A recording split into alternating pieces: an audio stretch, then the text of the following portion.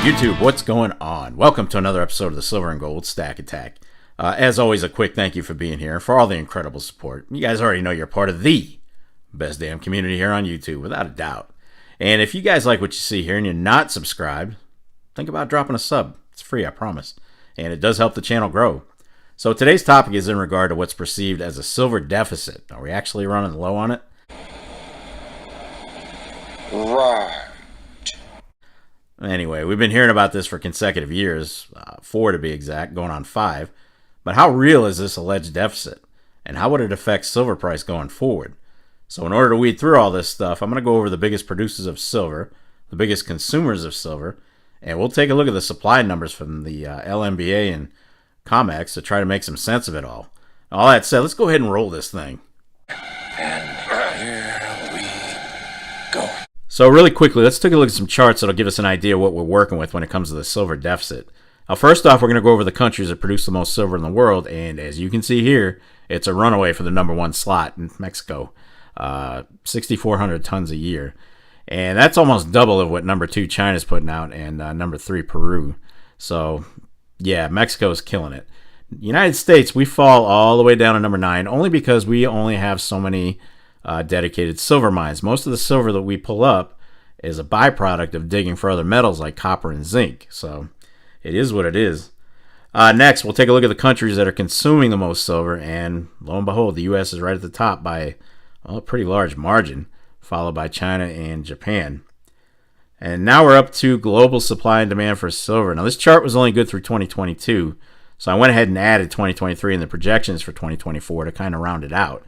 And as you can see here, silver supply versus demand has it's been a pretty large deficit since 2021.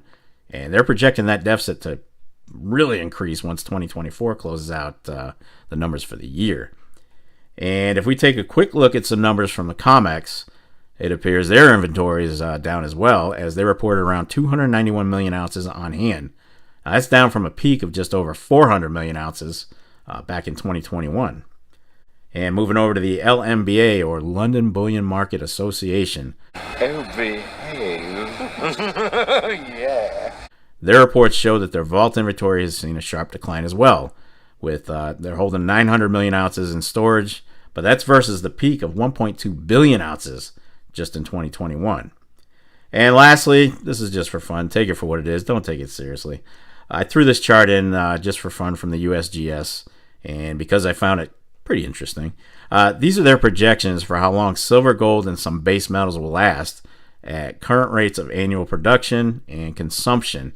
As for silver, if demand from industry and from investors is greater than what miners and recyclers can produce, then additional silver is going to have to come from the existing above-ground stocks. And we already know that that's pretty low. So there you have it. There really is a silver deficit when you compare demand to supply, and it seems to be getting bigger each year as we go as that demand increases for industrial uses. The usual: solar, cars, electronics, jewelry, bullion, myriad others. But bear in mind that the deficit is in correlation to the above-ground supply. We haven't factored in mining companies who are holding on to the supply, and we also haven't figured out how much more can come out of the ground to take that deficit down some. One thing to keep in mind: the deeper miners have to dig for silver, the more expensive it'll become. Mining costs money, fuel, labor, time, everything. And the deeper they dig, the more time they're going to spend digging, the higher the cost. It makes sense, right? And of course that cost is passed on as the silver is sold. But remember, there are extremely huge, large amounts of silver outside of these publicly reported stockpiles that could come back to market at higher prices when it's sold. Think about all the bullion coins and bars that stackers and investors are holding on to, allegedly well north of 2 billion ounces. That's a lot more potential supply that could be made available. So even though there's still a lot of silver out there, the production shortfalls will put pressure on prices to go higher in order to induce new mine production and or draw silver out of private hoards, i.e. you and me, if we sell when the price of silver goes up. So while it's hard to say silver is becoming quote-unquote rare, it's definitely true that supply is outpacing demand, and how governments and miners react to that will assuredly be the wild card. So I'm going to start closing this video out with this. The Silver Institute shows that the silver market has been at a deficit for the last 4 to 5 years. We've already talked about this. And during that time, we've seen pretty substantial decreases in global supply. which makes sense since silver's got to come from somewhere to meet the shortfall, right? But with no resolution to that gap in sight, deficits are widely expected to continue years into the future. Not months, years. And a recent Bank of America report suggested that declining inventories are starting to make the deficits count. Their report also commented on China's surging silver consumption, which has really continued to grow in 2024 as their solar production has exceeded expectations. And with world governments calling for a tripling of green energy by 2030, well, the demand for silver is going to have to increase it's going to increase if the governments are going to get anywhere even close to meeting that goal. Now, lastly, I know how most of us feel about paper silver, but it is what it is. With silver ETFs finally starting to see some inflows in recent weeks, this is after months of outflows during the rally earlier this year, we could see more money coming into silver, and particularly with the Fed on the verge of interest rate cuts. So we'll see. Show me.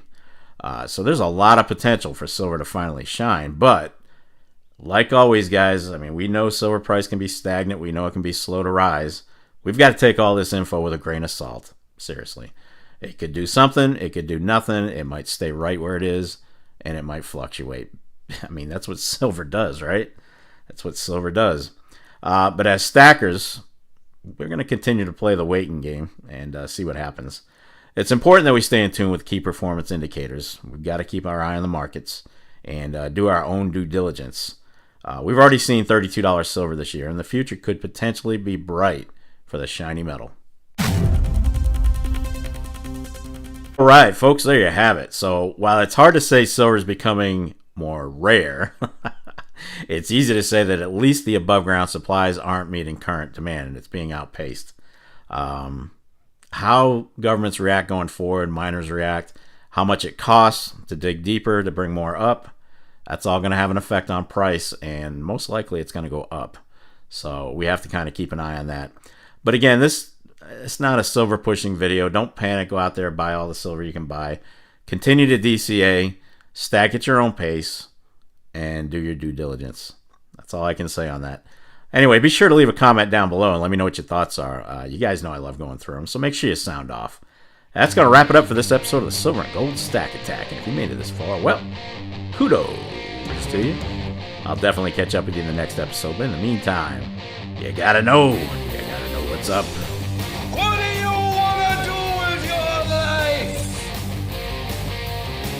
I want to stack.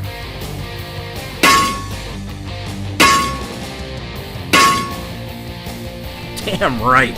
Get stacked. Stay safe and be well, everyone. I am out of here. Peace, folks. I'll see you on Sunday.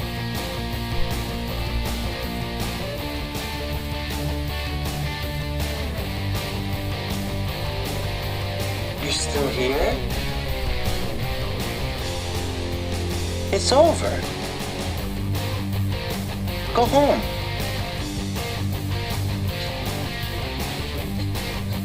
Go. Oh, yes. And what was that beginning, middle, and end part again?